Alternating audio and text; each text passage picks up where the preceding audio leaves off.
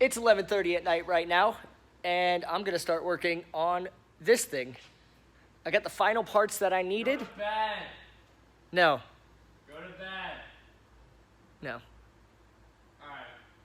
Alright, I got the final parts that I needed, so let's see if we can get it done tonight.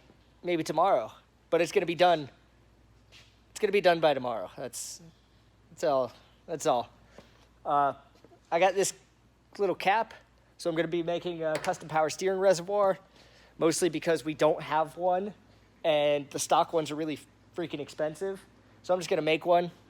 It'll be cheaper for me, and it'll look cooler. And got this plate, which you can kind of tell is painted purple. Not the best shade of purple, but whatever. So that is going on the rear firewall right there. Just got to pull that out, hit it with the DA, and I got to shave a little bit down off of this edge right here. I'm going to make some bracing for this area just because that doesn't have much support and it kind of bends a little bit when you jack up the car. And the most important thing right there, that's going to happen. And then just a couple other little things here and there. A lot of things need buttoned up when you finish building a car. Always happens. Rear brakes need bled. Front brakes are already bled. Let's get this done. Oh, and the steering wheel. The steering wheel hub needs centered because we had everything apart. Got to recenter that so the steering wheel fits all straight. So I had to trim there and there so the wires can pass through. I left that little flap just because it kind of looks good, I think. And then that is self-tapped in place. That's essentially a permanent fixture. That really isn't going to come out. But that and that piece are going to be removable for whatever reason. So next up is trimming that and hitting it with the DA. If you have a similar DA sander, which is dual action by the way, but if you have a similar DA sander, I have this little piece of angle iron with a hole drilled in it, which is where the handle would normally go, and it helps so you can put it in the vise, and then you just turn it on and you can do smaller parts simple without having to because you can't really strap this down anywhere and you don't want it sliding around the table because that'll scratch the other side. So those guys are ready to go in, and the other pieces are already chilling in there. And bam, let everybody know what's good.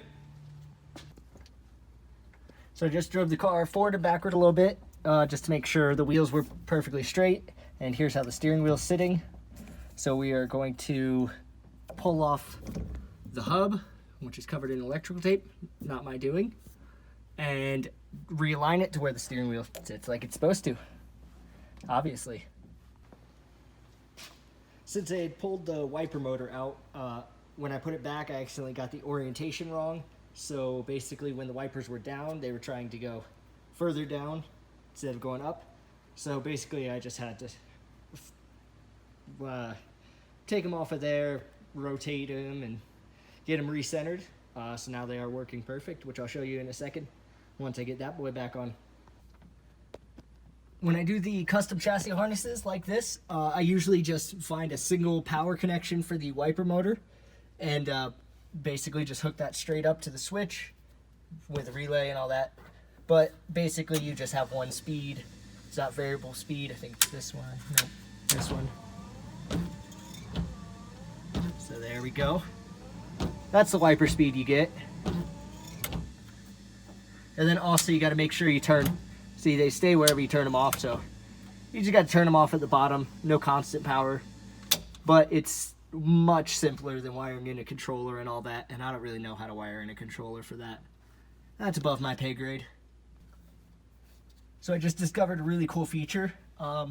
Basically, a previous employee who doesn't work here anymore for unknown reasons did some of the back half of the chassis harness here, and we have a cool feature on the car where you hit the brake and we get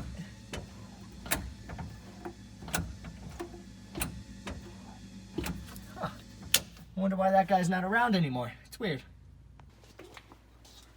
Okay, that problem wasn't too bad. That was a single filament bulb just stuffed into a dual filament socket. So it was basically just jumping the sides. So I need to pick up a couple dual filament bulbs so we can have taillights and brake lights. But other than that, everything else is good to go. So here's the vertical braces that I added. I don't know how well you can hear me right now. I'm wearing my headphones and I don't know if the mic will add or reduce sound quality, but we'll see. But basically those are just getting rid of the flex of the flat plate because obviously the flat plate has no structure. So now when you jack it up, originally like that little spot right there, and same thing on that side, was from when we jacked it up and moved it, it basically just had that flex there. It still flexes a little bit, but it's not nearly as bad, so it'll definitely be solid. We're getting there. So you can't really see it, but this thing right here is the flasher relay. I had to swap that out. I had this one in there and it wasn't working. So swapped it out and now we got working turn signals. So that's good. So this guy pops back in place and then this right here is the turn signal. It's only hooked up to the rear and it's only while you're holding it. Pretty much the function of it is if you're trying to get over, you know, you see a cop or you're just trying to change lanes, you're just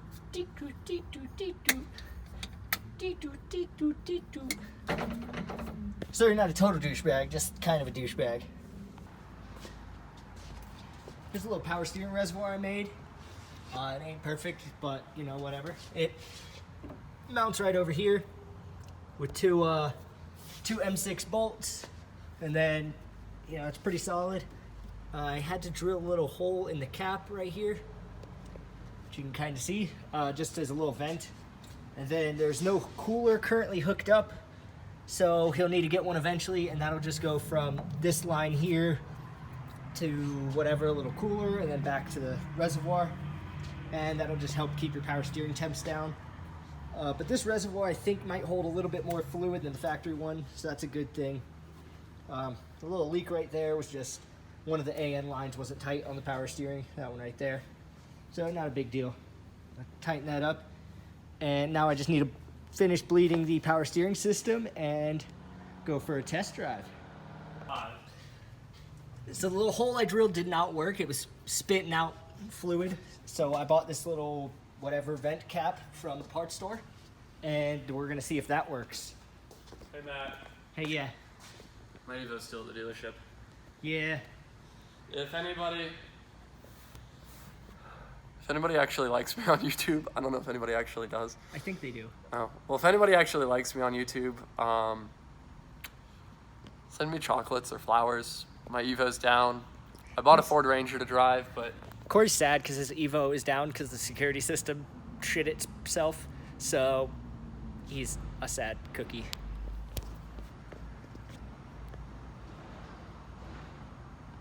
And you're gonna be in it. I don't want to be in it.